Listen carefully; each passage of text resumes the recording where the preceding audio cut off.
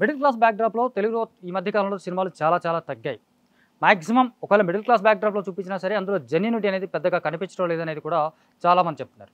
ఒకప్పుడు తమిళ్లో 80s, 90sలో తమిళ్లో కె. బాలచందర్, విసు లాంటి దర్శకులు మిడిల్ క్లాస్ కథల్ని అద్భుతంగా చెప్పారు. మానవీయ కోణంలో చెప్పారు. చాలా వాస్తవానికి దగ్గరగా ఉన్నటువంటి కథలు వాళ్ళు చెప్పారు. అలాగే తెలుగులో మనకి దాసనారాయణరావు తరహా దర్శకులు ఇప్పుడు ఈ మధ్యకాలంలో లేరు, అరుదైపోయారు అనేది కూడా నిజం. దాసనారాయణరావు గారు టచ్ చేసినటువంటి మిడిల్ క్లాస్ స్టోరీస్ కూడా ఇప్పటికీ ఎవర్ గ్రీన్ కనిపించుకునేవి చాలా అంటే చాలానే ఉన్నాయి. ఆ తరహాలో చాలా రోజుల తర్వాత తెలుగులో ఒక మిడిల్ క్లాస్ బ్యాక్డ్రాప్ వచ్చినటువంటి సినిమా షరతులు వర్తిస్తాయి. ఈ సినిమాకి కుమారస్వామి అనే ఒక కొత్త దర్శకుడు సినిమాతో పరిచయం అయ్యాడు. 30 Weds 20 అనే వెబ్ సిరీస్తో పాపులర్ అయ్యి రీసెంట్గా వరుసగా సినిమాలు హీరోగా నటిస్తున్నటువంటి చైతన్యరావు హీరోగా, కన్నడ యాక్ట్రెస్ భూమి శెట్టి హీరోయిన్గా నటించినటువంటి సినిమా రిలీజ్ అయింది. మరి ఈ మిడిల్ క్లాస్ మామూలుగా వాళ్ళు సినిమా పోస్టర్స్లోను, ట్రైలర్స్లోను, ప్రమోషనల్గా చెప్పినప్పుడు ఇది ఈ దేశంలో 80% మంది ప్రజల కథ అని చెప్పారు. 80% మంది మిడిల్ క్లాస్ వాళ్ళే ఉన్నారు కాబట్టి సో ఆ బ్యాక్డ్రాప్లో తీసిన కథ అని చెప్పారు అని మనం అర్థం చేసుకోవచ్చు. మరి ఈ కథ షరతులు వర్తిస్తాయి, కండిషనల్గా ఉందా, అన్కండిషనల్గా ఉందా అనేది చూద్దాం.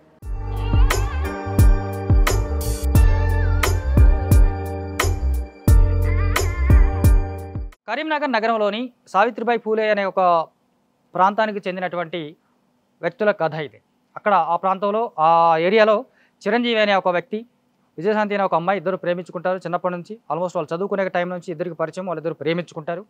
చిరంజీవి బాగా చదువుకోవాలనుకున్నప్పటికీ కూడా అతను ఇంటర్మీడియట్లో ఉండగా వాళ్ళ ఫాదర్ చనిపోవడం, ఆ ఫాదర్ చనిపోయిన తర్వాత ఆ జాబు ఈయనకి ఒక అటెండర్గా లోకల్గా ఒక ఇరిగేషన్ డిపార్ట్మెంట్లో ఒక అటెండర్ జాబ్కి ఇతను వాళ్ళ నాన్న కారుణ్య నియామకంగా ఆయనకి ఆ జాబ్ వస్తుంది. ఇటు ఈ అమ్మాయి విజయశాంతి అనే పేరు మీదుగా ఈ అమ్మాయి ఉంటుంది. కుటుంబ బాధ్యతల రీత్యా చాలా చిన్నప్పుడే అంటే 10th క్లాస్ ఆ తర్వాతనే తను షాపుల్లో పనిచేస్తూ కుటుంబానికి చేదురు వదురుగా ఉంటుంది. వీళ్ళిద్దరి మధ్య ఒక మంచి ప్రేమ కథ నడుస్తుంటుంది.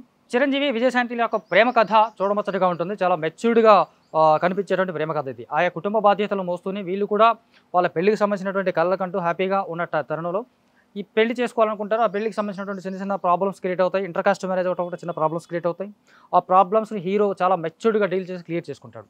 పెళ్లి తర్వాత ఆ కుటుంబాల్లో ఉన్నటువంటి చిన్న సమస్యలను కూడా చాలా అద్భుతంగా, ప్రభావవంతంగా సినిమాలో చూపించడం జరిగింది దర్శకుడు.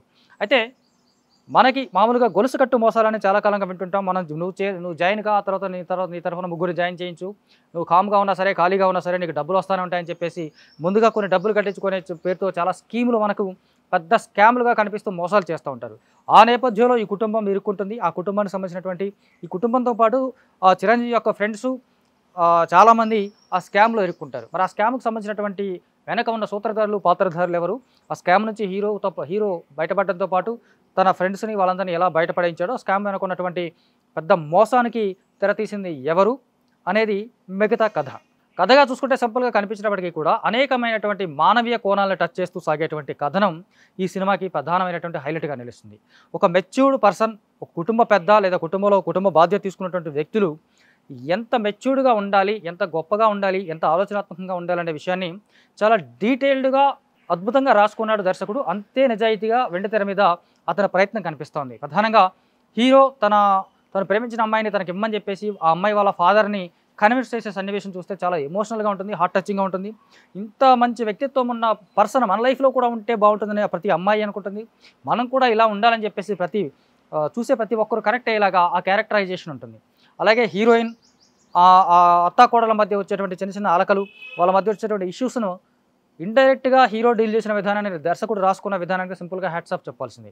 ముఖ్యంగా మనకు రిమోట్ దగ్గర లేదా చిన్న పంచాయతీలు రావడం, ఇప్పుడు ట్రెండ్కి అనుగుణంగా అత్త మీద దానికి సంబంధించినటువంటి మొబైల్లో స్టేటస్లు పెట్టి ఇండైరెక్ట్గా వాళ్ళ కోపాన్ని, అక్కసుని వెలగక్కోవడం, దాన్ని హీరో డీల్ చేసిన విధానం. అలాగే తన చుట్టూ ఉన్నటువంటి ఆ ఫ్రెండ్స్ని తను కాపాడుకునే విధానం, తన ఫ్రెండ్స్తో వాళ్ళిద్దరు మాట్లాడుకునే విధానం, వాళ్ళ కుటుంబపరమైనటువంటి ఇష్యూస్లో తను తలదూర్చే విధానం, తన ఫ్రెండ్స్కు సమస్య వస్తే తను దాన్ని ఇంటర్ఫీర్ అయిపోయి ఆ సమస్యను క్లియర్ చేయడం కోసం అవసరమైతే ఒక చెంపదెబ్బ కొట్టైనా సరే తన ఫ్రెండ్ని దారిలోకి తీసుకొచ్చి అతను చేసిన తప్పుని అతనికి తెలిసేలాగా చేయడం. ఇలాంటివన్నీ చూస్తున్నప్పుడు ఒక కామన్ మ్యాన్, ఖచ్చితంగా ప్రతి కామన్ మ్యాన్ కనెక్ట్ అయ్యేటువంటి అనేక అంశాలు ఈ కథలో మనకు కనిపిస్తూ ఉంటాయి. చూడ్డానికి ఒక తెలంగాణ ప్రాంతపు కథ, తెలంగాణ యాసలాగాను లేదా కరీంనగర్లో జరిగినటువంటి కథలాగా కనిపించినప్పటికీ కూడా ఇది ఒక యూనిక్ సబ్జెక్ట్. ఏ ప్రాంతానికి అతీతంగా ఒక మిడిల్ క్లాస్ అనుకునే వాళ్ళకి లేదా లోయర్ మిడిల్ క్లాస్ అనుకునే ప్రతి మనిషికి, ప్రతి ఫ్యామిలీకి కనెక్ట్ అయ్యేటువంటి కథ. దీనికి తోడు మంచి పాటలు ఉన్నాయి. ఆ పాటల చిత్రీకరణ కూడా చాలా బాగుంది. విశేషం ఏంటంటే దర్శకుడు కరీంనగర్ దాటి పెద్దగా లొకేషన్స్ వెళ్ళలేదు. అయినప్పటికీ కూడా ఎక్కడా బోర్ లేకుండా, రిపీటెడ్ లాగా అనిపించకుండా చాలా న్యాచురల్గా మనకి పాటలు కనిపిస్తాయి. ఆ పాటలన్నీ కూడా రెగ్యులర్ డ్యూయట్స్ లాగాను కాకుండా మంచి మాంటేజ్ సాంగ్స్ ఉంటాయి. కథలో భాగంగా సాగేటువంటి పాటలు చూసి చాలా కాలమైంది. ఇందులో ఉన్న ప్రతి పాట కథలో భాగంగానే ఉంటుంది. కథను ముందుకు తీసుకెళ్ళడానికి ఉపయోగపడుతుంది తప్ప ఏదో కట్ చేసే పాటలాగా అనిపించదు.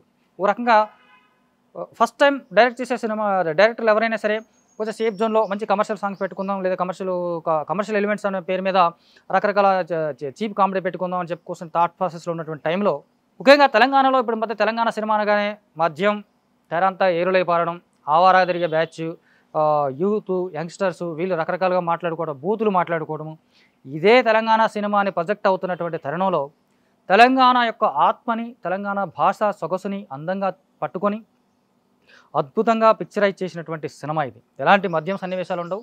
ఉన్న 1-2 సన్నివేశాలు కూడా చాలా న్యాచురల్గా, ఒక బాధ్యతాయుతమైనటువంటి మనిషి మందు అయితే ఎలా ఉంటుంది చాలా సింపుల్గా అట్లా అంత ఈజీగా అంత కన్విన్సింగ్గా అది మనకు కనిపిస్తూ ఉంటాయి. ఇక్కడ ఈ సన్నివేశంలో అది అవసరమే. అవసరం ఉన్నా సరే వాళ్ళు మాట్లాడుకునే సంభాషణలు చూస్తే ఖచ్చితంగా ఓకే ఇది ఎలాంటి ఇబ్బంది కలిగించినటువంటి సినిమాగా మనకు అనిపిస్తుంది. సో ఓవరాల్గా చూసుకుంటే ఇది ఒక కంప్లీట్ ఫ్యామిలీ ఎంటర్టైనర్, కుటుంబ సమేతంగా హ్యాపీగా చూడదగ్గటువంటి కంప్లీట్ ఫ్యామిలీ ఎంటర్టైనర్. ఈ వారం ఒక మంచి చాయిస్గా షరతులు వర్తిస్తాయని చూసుకోవచ్చు.